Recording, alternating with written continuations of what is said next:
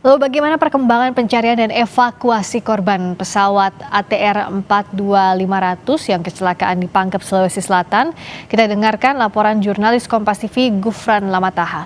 Gufran, bagaimana saat ini proses pencarian berlangsung? Apa saja temuan terbarunya? Apakah ada korban baru yang kembali dievakuasi? Ya, betul sekali kalau berbicara soal apakah ada korban baru yang kembali ditemukan pada hari ini. Namun hingga saat ini belum ada informasi terkait dengan bertambahnya korban baru yang ditemukan di sekitar Gunung Bulu Saraung. Hingga saat ini memang masih terdapat dua korban yang terakhir diketemukan pada kemarin pukul kurang lebih 2 siang waktu Indonesia Tengah dan juga pada hari kedua atau 2 hari yang lalu. Dapat kami informasikan juga terkait dengan proses evakuasi, cuaca ini masih menjadi salah satu kendala karena menurut pantauan kami yang juga berada di kaki Gunung Bulu Saraung ini, sejak malam tadi hujan masih saja mengguyur sekitar kawasan Gunung Bulu Saraung hingga saat ini. Selain hujan, di samping itu juga diselimuti dengan kabut dan juga angin yang cukup kencang. Kami tadi sempat berbincang dengan pemimpin Dalton mengatakan bahwa kecepatan angin ini bervariasi namun cukup berisiko untuk tim evakuasi yang berada di puncak Gunung Bulu Saraung dengan kecepatan berkisar 30 hingga 35 knot seperti itu. Namun kabar baiknya ialah sore tadi kita sudah dapat informasi bahwa korban pertama yang ditemukan berjenis kelamin laki-laki ini sudah dievakuasi ke Maros, tepatnya di Kampung Baru ataupun juga di Desa Lampeso. Walaupun sudah berada di lereng bawah di Kabupaten Maros seperti itu ya, namun ini masih jauh lagi untuk menuju ke perkampungan warga ataupun juga jalan setapak karena memang proses evakuasi cuaca ini cukup menghambat pergerakan tim yang berada di puncak Bulu Saraung.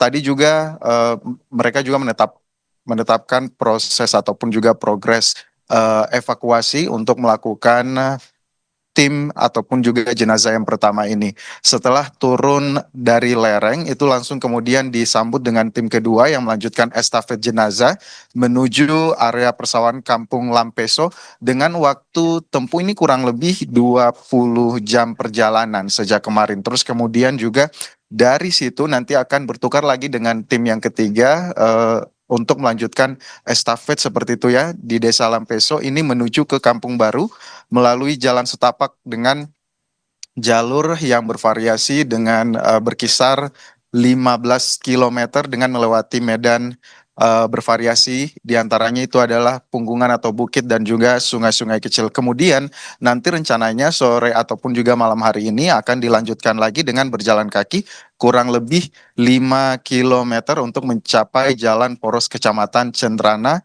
dan kemudian akan dilakukan evakuasi ke Bayangkara Makassar untuk diserahkan ke pihak DVI. Untuk proses saat ini dapat diprediksi bahwa tim ini sudah memasuki di tim ketiga yang sedang menuju ke jalan utama di Jalan Poros Kecamatan Cendrana. Tapi kita juga masih akan menunggu bagaimana perkembangan karena memang berdasarkan informasi dari pemimpin Dalton ini juga masih bergantung kepada cuaca. Untuk selengkapnya mari kita sama-sama simak video ataupun juga kutipan wawancara kami bersama dengan Kas Ops 14 Hasanuddin, Kolonel Infanteri Dodi Trio Hadi. Berikut ini.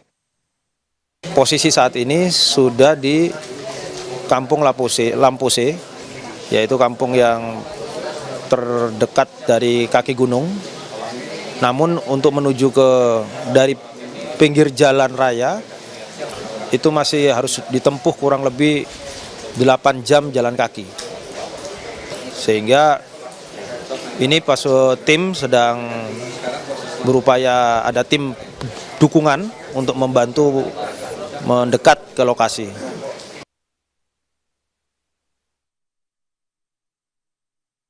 Ya, berdasarkan jarak memang ini dilihat tidak terlalu jauh ya, 15 kilometer. Tetapi memang medan yang sangat bervariasi ini cukup menyulitkan tim evakuasi. Kembali ke Anda.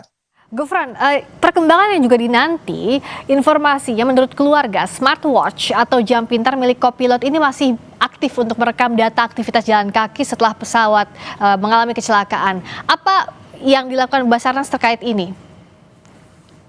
Baik, kami juga memang sempat mengkonfirmasi terkait dengan smartwatch ya yang terpantau masih melakukan pergerakan hingga ribuan jalan kaki seperti itu. Tapi dari tim Basarnas ataupun juga tim gabungan yang berada di posko di Kecamatan Baloci, Kabupaten Pangkep ini tidak memberikan komentar apapun karena memang mereka berharap bahwa informasi-informasi di luar sana itu tidak terlalu bias agar kita sama-sama fokus pada informasi evakuasi dan juga pencarian korban yang beberapa ini memang belum sempat ditemukan. Ada 8 korban yang memang hingga saat ini belum ditemukan. Dan juga beliau sempat menitip pesan untuk menyampaikan kepada masyarakat bahwa agar bisa memperhatikan media ataupun juga sumber informasi, menghindari sumber informasi dari media-media sosial media yang tidak bisa dicek faktanya seperti itu, dan juga berharap bisa mendapatkan informasi dari